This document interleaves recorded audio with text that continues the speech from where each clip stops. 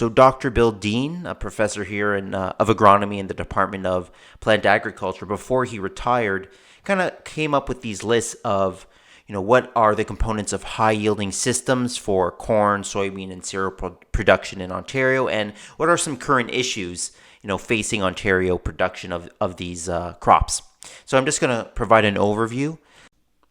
This lecture is more for your general information. I'm not going to ask on an exam for you to be able to repeat or regurgitate any of these bullet points. So that's not really what this video is about. It's just to provide you with an overview of Ontario crop production for corn, soybean, and cereals. Here are some components of high-yield corn production systems in Ontario, and if you've been paying attention to the lectures that myself and Dr. McAuliffe have been providing, this should not be all too surprising. Selecting a maturity that selecting a hybrid of the proper maturity to take full advantage of the growing season goes back to Dr. McAuliffe's slides on corn heat unit ratings and that map he showed that divides Ontario into different maturity zones. Thinking about facilitating crop cooperation, that plays into management practices that enable rapid, uniform emergence. Good weed control goes back to another previous video where we talked about the effect of weed pressure on corn plants. So none of this should be all that surprising.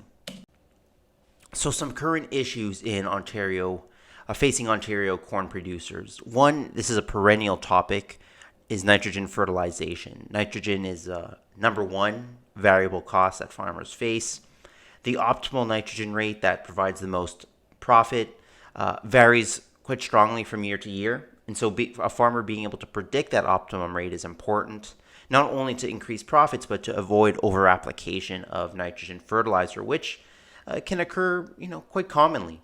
And with any nitrogen application, but especially with over-application, we have high chances of nitrogen losses.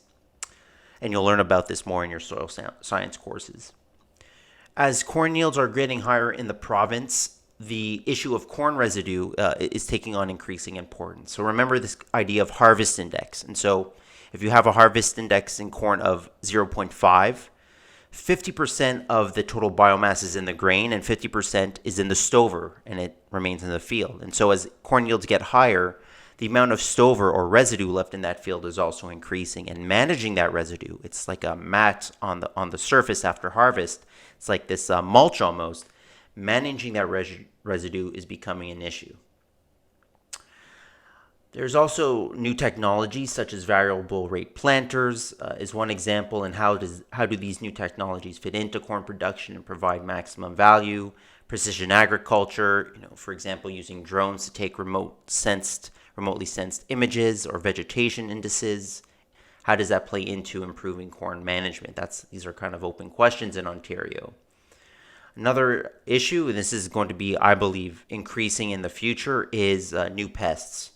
Herbicide-resistant weeds and Bt-resistant insects, and again, these are quite well known current issues. The components of high-yield soybean production systems in Ontario are similar to that of corn, and shouldn't come as a surprise again if you've been paying attention to the lectures Dr. McAuliffe and I have been. One component would be high water availability that I want to just mention here. So research in Ontario, just using supplemental irrigation in field soybean production, shows that even in years that you would not consider dry or droughty, there's still a pretty significant yield benefit to irrigating soybeans in Ontario. So high water availability, it seems that is a limitation in Ontario, because even in years we would not consider dry, we would consider them wet, supplemental irrigation still is increasing yield substantially. Here's a list of current issues in Ontario soybean production. Not an exhaustive list, but this gets at a number of current issues. One is, again, managing corn residue. So if soybeans being planted after corn, how do you ensure, again, rapid, even emergence of adequate populations when you have a substantial amount of corn residue to deal with? And so that has to do also with optimizing tillage systems. In rotations where soybean is predominant, so where you're in a continuous soybean system, very little residue is left after soybean harvest. And so over time, 20, 30 years, in a rotations that have a very heavy soybean component, we're seeing reduced soil quality, reduced soil organic matter levels. Again, simply because soybean returns, you could say, too little residue, whereas corn might be adding not too much, but quite a bit that needs to be managed. The last thing I want to mention here is in high input systems, the use of nitrogen. So it's interesting. Legumes fix their own nitrogen. Soybean is a legume, but there's thinking that in very high yielding systems, there's nitrogen fixation or biological nitrogen fixation is not enough to support those high yield levels, and so there might be a benefit to applying fertilizer nitrogen. This goes back to the law of the maximum, where if we have a bunch of different factors that are just limiting yields by a little bit, 5% here, 10% there, then addressing them all at the same time will have a multiplicative effect, and these high input systems can generate, much higher yields potentially.